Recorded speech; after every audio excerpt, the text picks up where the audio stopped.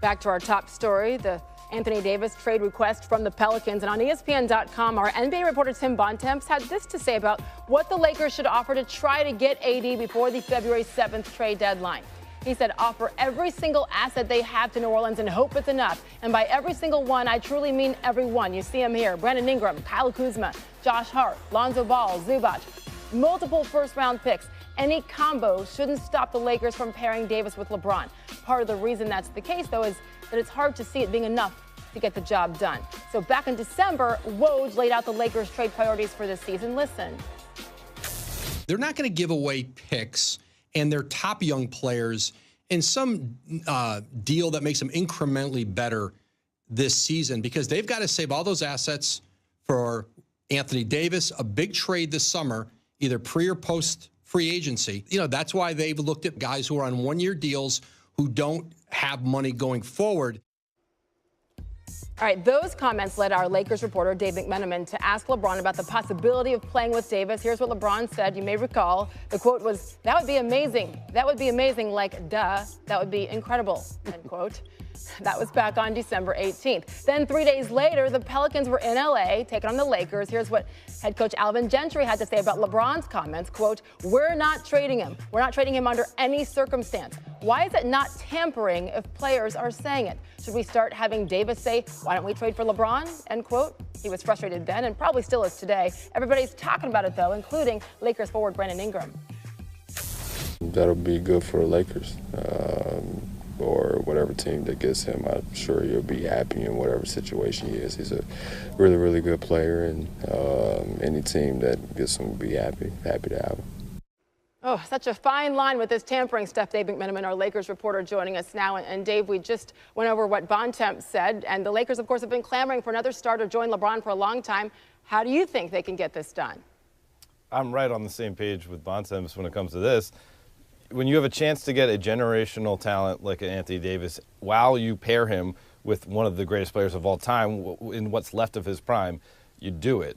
And if they were to say, you know, we're going to offer you a Zubac and an Ingram and Lonzo Ball and try to hold on to, say, Kuzma and Hart. Well, when February 7th comes around, New Orleans, and then they say, you know what, actually give me Ingram or this deal doesn't get done, guess what you're going to give them? So you might as well just make your initial offer be a strong one right out of the gate.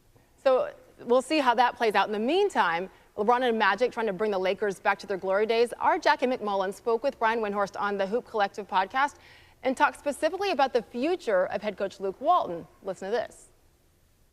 There's a lot of tension in that building, And I think it's, you know, people are wondering about Luke Walton, even though Jeannie Buss very strongly and said, you know, I want Luke to be here.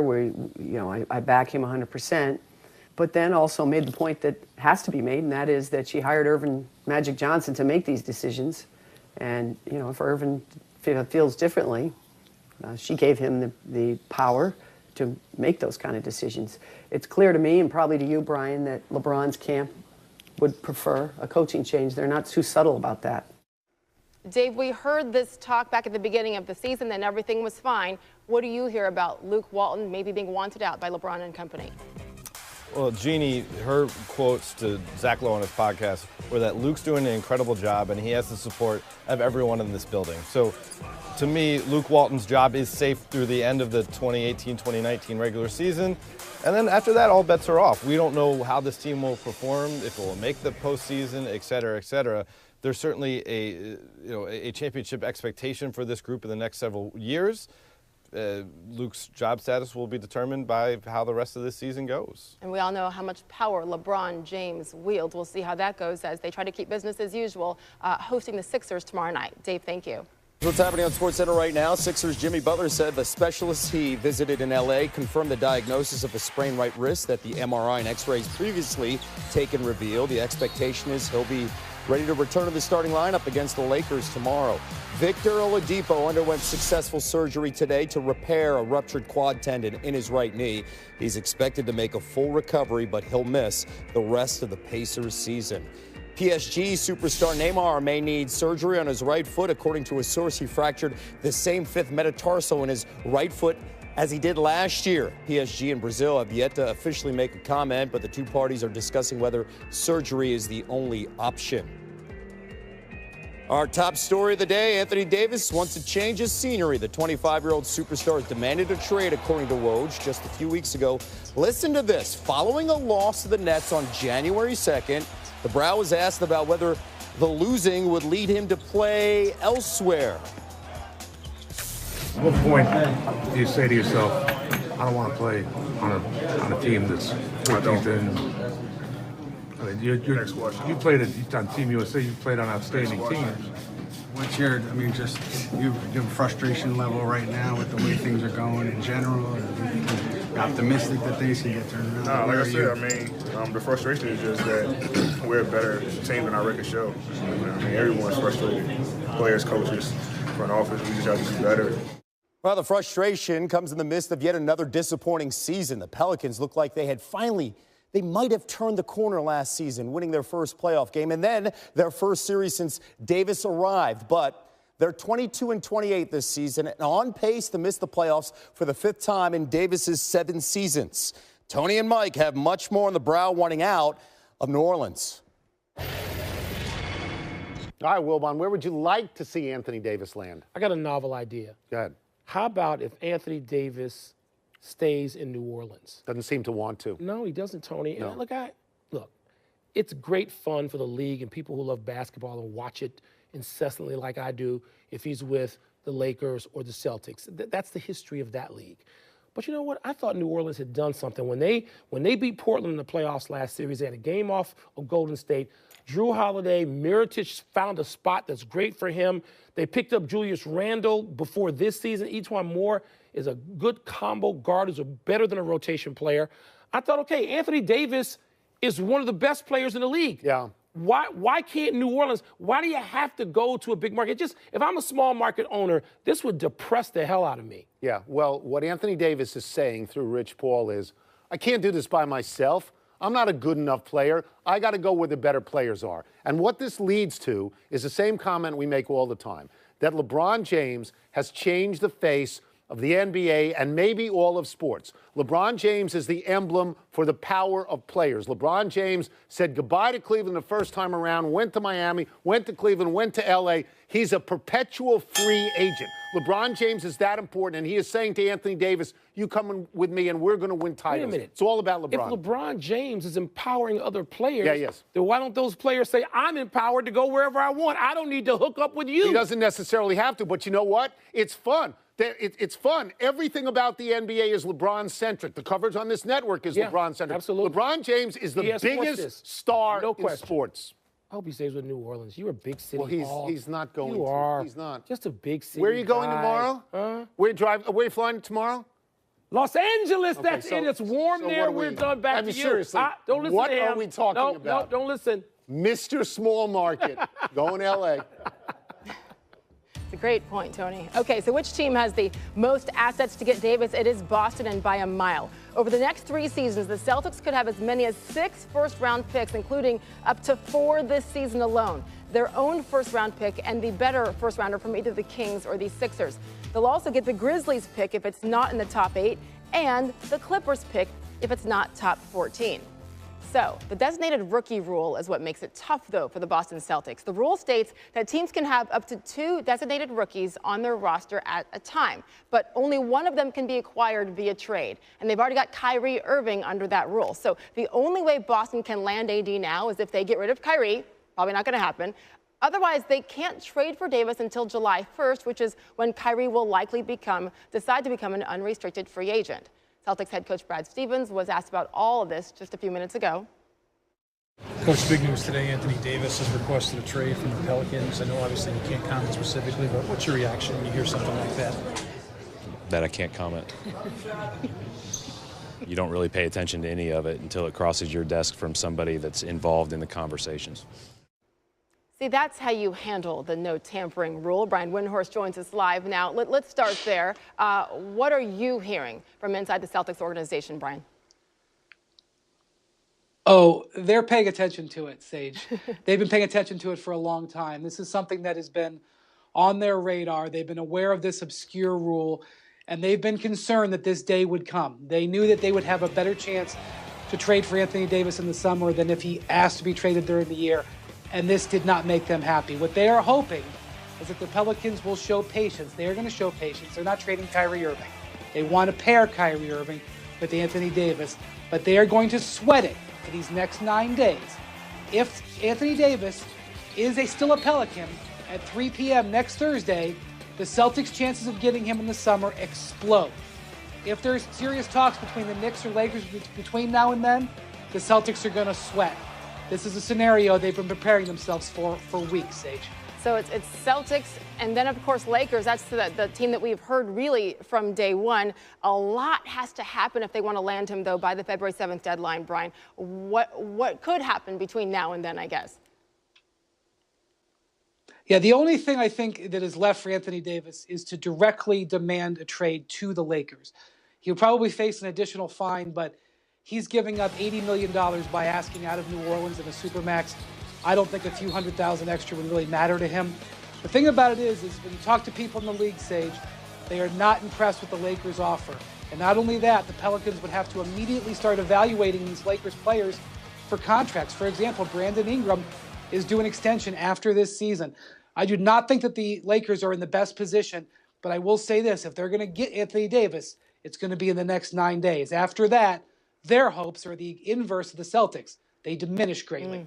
And people at home should not forget that Anthony Davis is the exact same agent as LeBron James and Rich Paul. Brian Windhorst with... Say that's the message from the NBA during Super Bowl week. Good point. Happy hour somewhere, and right now those smiles might be coming from L.A. Maybe, yes. Here's the thing. We had a Woj bomb dropped on us this morning, and it's one that will have a ripple effect throughout the NBA as Anthony Davis wants out of the Big Easy. That's right, it was a Woj bomb. It took place at exactly 7:09 a.m. Eastern time, and it took the NBA world by storm. Our Adrian Wojnarowski saying this. Agent Rich Paul has notified the New Orleans Pelicans that all NBA forward Anthony Davis has no intention of signing a contract extension if and when presented, and that he has requested a trade. Paul told ESPN on Monday, and quote, reaction from the Pelicans today, starting with head coach Alvin Gentry. Do you expect anything to happen before the deadline? That way you'd have to take up with Dell and Mickey. If you were to get injured, you would lose leverage as far as being able to have him as a trade asset. From that standpoint, does that leave you wary at all to play him? No. The simple answer is no. I mean, when guys are ready to play and he wants to, he's already made it clear that he wants to play, then we're going to play him. Drew, what do you think this franchise needs in order to be able to keep a player like Anthony Davis? Couldn't tell you. When you guys you don't even start to think about why someone would leave a situation. I mean, this would be the most expensive contract in NBA history. Right. Again, I guess Anthony's leaving, so I don't know. Lots of questions right now, but late this afternoon, the Pelicans released a statement about the trade news. Here's part of what it says. Relative to specific talks of a trade, we will do this on our timeline, one that will make sense for our team, and it will not be dictated by those outside of our organization. We have also requested the league to strictly enforce the tampering rules associated with this transaction, end quote. So this news comes 10 days after Davis injured his left index finger, suffering a volar plate avulsion fracture in the Pelicans' loss to Portland. So far, he's missed 4 games. The Pelicans have lost 3 of them. Davis was expected to miss 1 to 2 weeks with the injury on his non-shooting hand, and again, that was 10 days ago. He is still out for now. As for his contract situation, the 5-time All-Star can become a free agent next year, the summer of 2020. He could sign a 5-year max deal worth $240 million if he re-signs with the Pelicans. But now, again, Woj is saying Davis's agent Rich Paul has made it clear he will not sign it. So if he gets his wish to be traded before then, he can re-sign with the team, but only get $205 million with the team that he's traded to. If he doesn't get traded and leaves next summer as a free agent, the max he can get is 4 years, $152, so a significant difference financially. The man who broke the story, Adrian Wojnarowski, joins me now. And first, Woj, let's start with New Orleans. The Pelicans maybe thought about this coming. The news drops today, thanks to you. What are they going to do? Well, there was an expectation that this was becoming an inevitability, and they got it this weekend, and they've got 10 days until the trade deadline. New Orleans is in no rush to do a deal for Anthony Davis. Remember, as you said, he's under contract all the way through next season. And for them to do a deal between now and February 7th, I'm told they've got to be overwhelmed with an offer that they can't believe would be available later for them. And that's going to be difficult to do, especially because the Celtics won't be involved between now and the trade deadline because they can't do a deal until later in the spring because they have Kyrie Irving on their roster. Okay, so we'll break that down because that is a little bit confusing. So that's New Orleans right now. What about Anthony Davis? Of course, he's out with the finger, but what's he going to do? Well, the one thing that he and Rich Paul have left to do between now and the trade deadline is, let's say there's no traction on a Lakers deal. They could essentially tell the organization, and they can tell the rest of the league, that we're only going to sign an extension with the Lakers. So if you trade us somewhere else, I'll be a rental player. I'll go to LA in 2020. That may not stop teams from going ahead and doing it anyway, but it does put some pressure and it might depress the market. But ultimately, New Orleans still has control because they're the ones who decide if there's going to be a trade or not. The Lakers, of course, have been a topic for a very long time. You go back to December when there was talk of tampering, when LeBron answered the question about having AD there.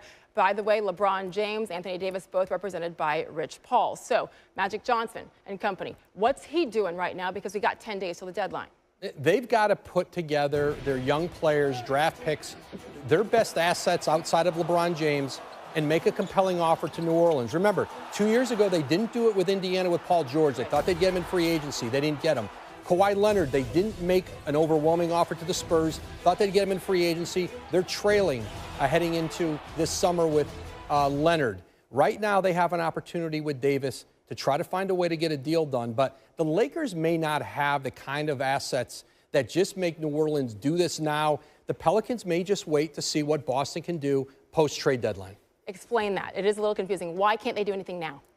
Because of the provisions of the contracts that Kyrie Irving and Anthony Davis both have. Like, you can't have two of those designated player exception contracts on your roster at once. They need Kyrie Irving to get into free agency on July 1. Then they can do it. But they could agree to a trade in principle around the draft, prior to the draft, finalize it on July 1. But essentially, Boston, who has coveted Anthony Davis for a long time, they need to, what they'll probably do is tell New Orleans, put the brakes on. We're going to make you a big offer at some point. You got to wait for the trade deadline to pass, and let's get to the offseason. They certainly have the most assets, but remember, Anthony Davis said this recently. It isn't about the money. It's about going to the right team and establishing a legacy. We'll see how this plays out. Woj, stand by. Kevin, over to you. Sage, the Brow is just the latest superstar to request a trade. Remember, 2 summers ago, Paul George said he wanted out of Indiana. He was traded to the Thunder less than a month later. Around that same time, Kyrie made it clear that he no longer wanted to play alongside LeBron in Cleveland. By the end of the summer, he had been dealt to Boston in a blockbuster trade. Last season, we had the Kawhi Leonard saga. After months of speculation about possible tension between Leonard and the Spurs regarding his quad injury, Kawhi was traded to the Raptors this past offseason. Most recently, Jimmy Butler had his falling out with the Timberwolves and was eventually dealt to Philly and the Sixers. Another star who famously changed teams, Kevin Durant, was asked earlier today if trade demands are a topic among players. AD want to play basketball somewhere else. Like, it's not like the president shutting down the government. It's just basketball. So of course we talk about it. And we all, as players, we want guys to do exactly what they want to do in this league. We have a short amount of time, so why not do what you want? Great to have Jalen Rose with us here on SportsCenter. Woj just said this: the Pelicans are in no rush when it comes to pressure and expectations. What's on the line here for the Lakers in the next 10 days to acquire Anthony Davis before that trade deadline? Woj alluded to it. The Lakers cannot pump fake. They missed out on a couple of opportunities, in particular with Paul George. He was in an Indiana Pacer uniform, said he wanted to be the Lakers. They did not go and get him. They felt they could do it at the end of the year. He gets traded to OKC as a rental player, falls in love with it, and now he's starting in the All-Star game. Guess whose spot that he took? Anthony Davis, who has had career highs for the Pelicans in points, rebounds, assists, and steals. But yet they're in the lottery. So for the Lakers, this is basically Rich Paul and Anthony Davis saying, y'all have a 10-day contract until the trade deadline to get this done. If it does not get done, then it gets opened up to other suitors, in particular the Boston Celtics this summer. All right, in this stare down, the Lakers can't afford to blink. And back in September, you said that we would be talking about Anthony Davis being a Laker prior to next season. What led you to make that statement back then? Well, just talking to people in the league and understanding that's where today's game is. And to bring things full circle, when Danny Ainge brought his big three together in Boston with Kevin Garnett, Ray Allen, and Paul Pierce, it was the precursor to players now controlling their own destiny through what I'm calling pre-agency. That's a year and a half before their deal is actually up, letting the team know that they don't want to re-sign. So when an MVP player like LeBron James tells the Cleveland Cavaliers, basically, I can't win a championship here, I need to go to Miami to make it happen. Now that paves the way for Kevin Durant to join the 73-win team. It paves the way for the guys that you mentioned earlier, Jimmy Butler, Kyrie Irving, Paul George, all of those guys, and Kawhi Leonard, to tell the teams the exact same thing. So for the Lakers, you must strike right now. And for Anthony Davis, it's really unfortunate watching his team, in particular, Drew Holiday, look heartbroken in that interview. Yeah, you foresaw it. I'm going to take you to Vegas before the Super Bowl, Jalen. Thank you so much here for joining us on SportsCenter. So we take a look at the Western Conference. The Pelicans currently sit at 13th, ahead of only the Grizzlies and the Suns. They're 6 games back, the Clippers, for that 8th and final playoff spot. Look at the Lakers sitting in that 9th spot, 2 games out. Coming